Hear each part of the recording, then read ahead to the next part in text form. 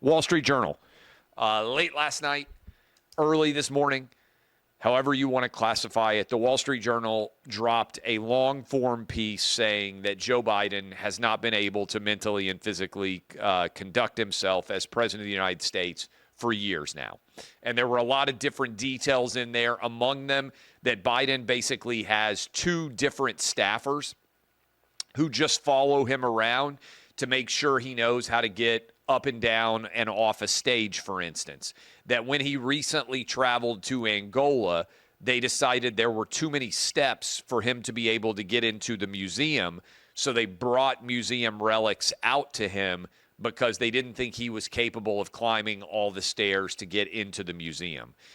When he fell asleep in Angola, that was because he had traveled too far. When he wandered off into the Amazon rainforest in Brazil, that was a mess as well.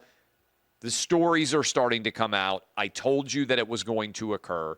Maybe the most reckless of all of the opportunities and stories out there was the idea that Joe Biden was mentally and physically capable, not just to be president right now, which I think it's quite clear that he is not, but that he could do it for 4 more years was the height of recklessness.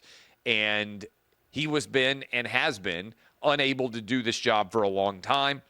Dr. Jill Biden, among others, helped to cover this fact up. In fact, the story starts with during the Iowa caucuses, Jill Biden, who's 8 years younger than Joe, they had to tell her to stop bragging about how many different events she had done because it was making Joe Biden look worse because he was having difficulty keeping up with his own wife. So that story is out there, and I would encourage all of you to go read it at the Wall Street Journal.